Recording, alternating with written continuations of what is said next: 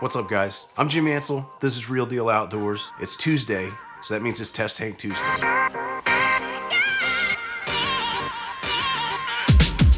So as you guys might be able to hear, I'm really stuffed up this week.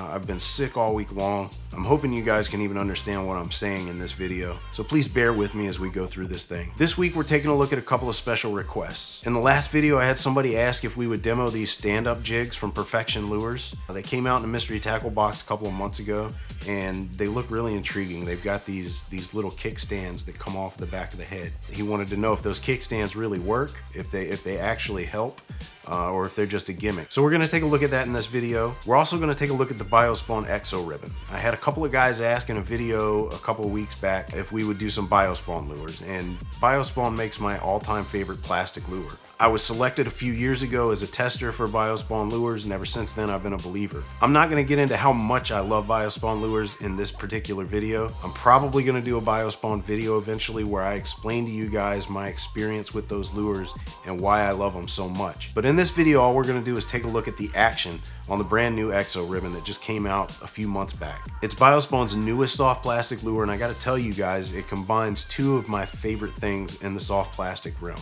You've got that classic exo stick design, which I love so much, and they've spliced that with the tail of a ribbon tail worm. Guys, this lure looks absolutely juicy, and I've already been catching fish with this thing. All right, guys, so to break down some of the specs on the BioSpawn EXORIBBON, it comes in a couple of different sizes. You're gonna get a 7-inch variant and a 10-inch variant. The one that we're gonna be looking at today is the 7-inch. I think that's the best for us to do with the little tank that I got. I don't think I could accommodate the 10-inch. It also comes in 12 different color patterns. I think I got most of those patterns. I did an episode of The Juice not too long ago, and Carl sent me a whole ton of these things. So I've got most of those color patterns. They all look really good. They come in a hard clamshell case so that they're intact when you get them. You know, you're not gonna get a bunch of lures jumbled all up in a bag where they're all deformed and stuff. And guys, a ribbon tail worm is really versatile. You can fish this in a number of different ways. Of course, my favorite ways are Texas rigging it and throwing it on a shaky head, but you can also Carolina rig this thing, and you can do a couple of other different things with it. I love the action that you get out of a ribbon tail.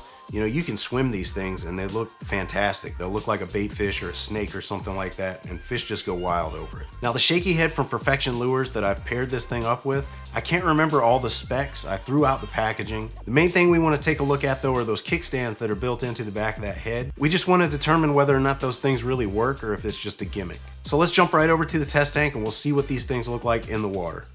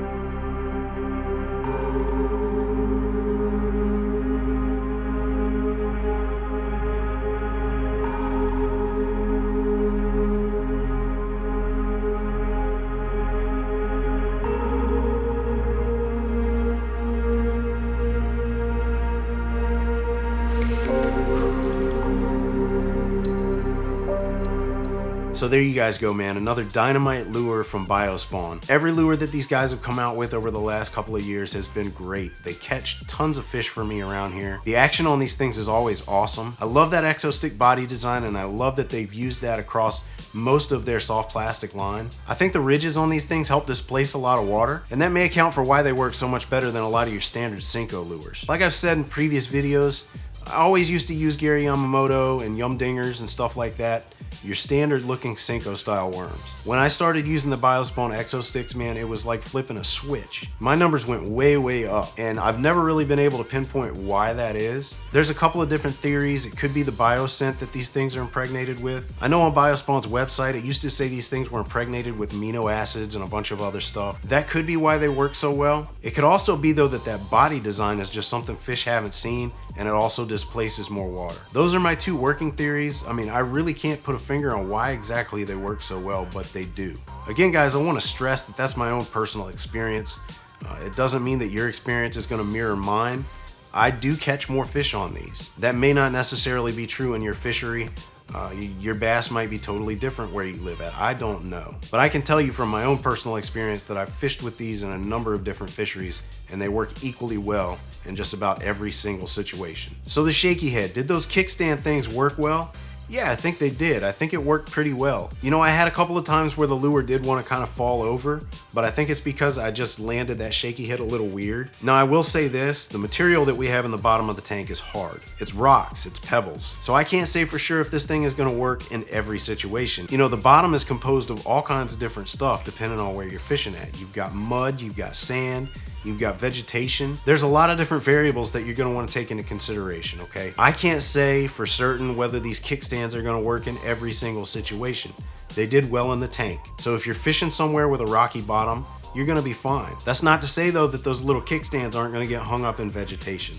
Now they are made of flexible wire, so they should flex, they should come out of vegetation real easily, but it may be a hindrance for you. Like I said, it's all gonna depend on where you're fishing this thing. Do I think that they're a gimmick? No, not necessarily. We can see from the test tank footage that they work at least in a rocky bottom situation. So it'll be up to you guys to test these things out in different situations and see whether or not they actually work. Well guys, I think that's gonna do it for this video. I hope you guys got something out of this. I hope that it helped a couple of y'all. Hopefully you guys that made the request to see this, it answered some of your questions. Now guys, like always, if you enjoyed the video, make sure you hit that thumbs up button. Lets me know that you enjoyed what's going on here. Also, make sure you guys subscribe to the channel. I really appreciate you guys that have been subscribing lately. The channel's been growing pretty quickly. Finally guys, drop down into the comments section and leave me a comment. Let me know what your thoughts are. Do you think that these things worked really well? Did you like the action on the EXORIBBON? And again guys, if you've got any special requests, let me know. If it's something that I can buy and throw in the test tank, we'll make it happen. Finally, I got one last order of business. I promised somebody that I would do a shout out in this video. I'm a youth pastor and I've got a bunch of youth kids. I had a kid ask if I would do a shout out for him if he shoved a piece of pizza in his mouth and ate the thing in one bite, and he did it. So I'm gonna live up to my word. Jack Bart, you proved me wrong, dude. You can't eat a piece of pizza in one bite. You're still not as wild as my boy Wyatt, who drank an entire bottle of maple syrup in one sitting one time, but it was pretty impressive, man. Lastly, I want to wish all of you guys a Merry Christmas. You know, next week is going to be Christmas Eve on Test Tank Tuesday, so I'm probably going to skip that week. I'll pick back up with you guys the week after Christmas. I'm just going to be spending Test Tank Tuesday with my family next week. So, as always, guys, thank you all so much for watching. Tight lines until next time.